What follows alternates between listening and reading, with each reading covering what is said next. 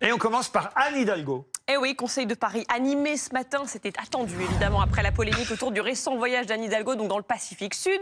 Il y en a une qui s'en est donnée à cœur joie, et c'est Rachida Dati, sa principale adversaire. Vous m'étonnez. Qui demande des comptes. On regarde la petite séquence. Il y a dans votre attitude, comme vous le démontrez à chaque Conseil de Paris d'ailleurs, votre désinvolture. C'est la même d'ailleurs qui vous coûte très cher, si l'on peut dire, dans le cadre de votre voyage à Libye, à Tahiti, dont on apprend encore ce matin que vous avez bénéficié d'un hélicoptère, alors même que vous faisiez croire que vous étiez en train de faire du vélo sur une piste cyclable parisienne. Si vous trouvez trace d'un hélicoptère, prévenez-moi, parce que je n'en ai pas vu trace. Vous dire aussi que vos insinuations, vos attaques permanentes, vous avez convoqué la presse pour qu'il y ait un show. Voilà, vous êtes, messieurs, mesdames, les journalistes, convoqués au Dati Show. Depuis ce matin, je reçois des messages. Alors, le Dati Show. Dati Show qu'on a raté ce matin dans son intégralité, mais on vous a passé un extrait. Déjà dans Libération ce matin, ça démarrait fort parce que Madame Rachida Dati, je cite Libération, la maire du 7e arrondissement de Paris, s'amusait, se gaussait du fait que Madame Hidalgo avait dû rentrer dans un avion low cost avec la compagnie French Beat, tant pis je la cite, promettant de l'avoir payé de sa poche. Et elle rigolait en privé de sa grande rivale, Madame Dati, en déclarant, deux points, ouvrez les guillemets, quand je pense qu'elle est revenue pliée en quatre dans un charter. Voilà ce qu'aurait dit Madame Dati à propos d'Anne Hidalgo. Ce qui est tout à fait crédible. Hein. Pardon ? Ce qui est tout à fait crédible que Rachida Dati ait dit ça. Hein. J'ai pas regardé la séance du Conseil de Paris dans son intégralité depuis ce matin, mais j'ose espérer qu'on s'en est pas tenu à ce type de débat. Voilà, la polémique, on en a beaucoup parlé la semaine dernière. Je pense qu'il y a des défis qui sont autrement plus importants pour la ville de Paris aujourd'hui. Il y avait l'hommage à ce professeur qui a été tué. Il y a la question de l'antisémitisme. Il y a la question du conflit Hamas-Israël et de son importation en France. J'ose espérer, j'ai pas regardé, je dois le reconnaître, en direct tous les débats de la journée, mais que c'était une parenthèse. Mais c'est quand même une douzaine de voyages payés par le contribuable, non bien justifiés. Sûr, mais que le Dati Show et ça ne doit pas occuper... Quand on est dans une démocratie, on est quand même heureux qu'il y ait un débat démocratique et qu'il y ait une opposition dans une assemblée, quelle qu'elle soit. Et qui ne doit pas occuper tout l'ordre du jour du Conseil de Paris. Ça vous fait rire, Henri Guénaud ?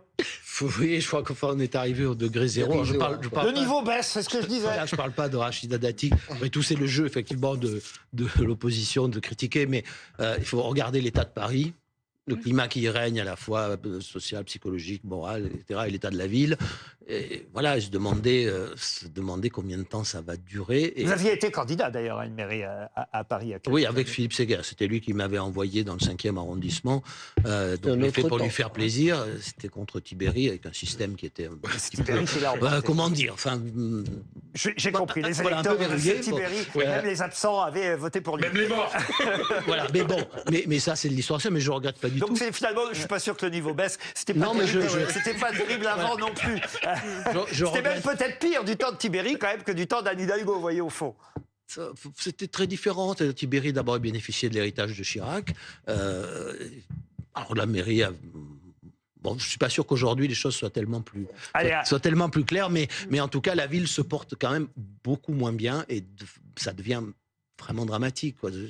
Peut-être s'en occuper, c'est bien gentil de faire des pistes cyclables partout, de mettre les 3/3 de la rue de Rivoli en piste cyclable. Voilà, mais il n'y a pas que ça à faire. On nous avait promis de planter des arbres, on en coupe. Bon, c'est quand même dommage. On quitte Paris pour le deuxième visage du trombinoscope, Nicolas Bedos. Sa série Alphonse est sortie dans la plus grande discrétion sur Prime Video.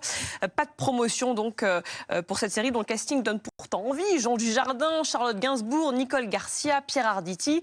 Le fait qu'il soit, on le rappelle, poursuivi pour viol et agression sexuelle explique évidemment cette discrétion. Et a priori, Laurent, il n'y aura pas de saison 2. A priori, il n'y aura pas de saison 2. Alors ça, pour ceux qui ont vu la série, c'est mon cas. Je me dois de dire que Nicolas Bedos est un ami et que la justice tranchera. Pour l'instant, il est présumé innocent. Il faut quand même rappeler ça. Et au fond, ça rejoint aussi un des sujets de votre livre, la woke et la cancel culture. Vous en parlez, monsieur Guénaud. Et c'est vrai qu'au fond, on ne comprend pas tant que la justice n'a pas été rendue. Pourquoi on nous dit qu'il n'y aura pas de deuxième saison? Moi, j'ai regardé la série. Le 6e épisode s'arrête. on ne connaît pas la suite. Mais ça arrive très souvent dans l'industrie des séries télé. C'est une industrie qui est extrêmement concurrentielle. Vous allez un peu vite, Laurent, en disant c'est lié à ces déboires en justice. Peut-être que c'est juste aussi un choix de la production de dire bon on arrête là parce que non, c'est très bien. Non, justement parce que c'est très bien. Non, mais que vous trouvez ça très bien. Moi, j'ai vu toute la série. J'ai adoré cette série, qui est un ovni. Dans le monde actuel de la bien-pensance, alors c'est vrai que ça bouscule un petit peu la bien-pensance actuelle. Il y a des acteurs extraordinaires. Nicole Garcia, elle est exceptionnelle. Pierre Arditi, enfin, ils sont tous extraordinaires. Et en plus, d'un point de vue de la réalisation, c'est extrêmement bien filmé. Les images sont léchées. C'est un vrai beau produit de ciné, de télé. Et je trouve ça dommage qu'un produit de telle qualité n'ait pas une suite. Et en plus, c'est vrai. Et que la présomption d'innocence, pardon, vous pouvez au moins être sensible à ça. Oui, que la présomption d'innocence ne soit pas respectée. Mais je ne sais pas, je ne connais pas les raisons. J'ai cherché, je ne connais pas les raisons pour lesquelles la production a arrêté. Pardon, Pablo, mais exactement les mêmes raisons pour lesquelles la série a failli ne pas être diffusée du tout et pour lesquelles il n'y a aucune promo autour de la série. Même si ça n'est pas Nicolas Bedos, il n'y a aucun des acteurs qu'on a vu en promotion qui a eu le courage d'aller en promotion vendre la série. Donc on voit bien qu'il y a une forme de cancel culture qui existe. C'est peut-être un débat qu'on rouvrira dans cette émission parce que ça mérite un peu plus de 3 ou 4 minutes. Mais un dernier mot. Mais moi je suis abonné à Prime Video, Amazon Prime, mais j'ai eu du mal à le trouver. C'est-à-dire que quand sur les grosses séries comme ça, dès que vous allumez la télé, elle vous arrive directement au visage. Et là, il a fallu la chercher. C'est-à-dire que c'est comme si Amazon avait même un peu honte de diffuser cette série qui est, je vous le dis, absolument merveilleuse. Bon, écoutez, ça c'est l'avis de Fred Hermel. Vous n'avez pas vu encore, Pablo? Non, je ne l'ai pas. Ça m'intéresse d'ailleurs.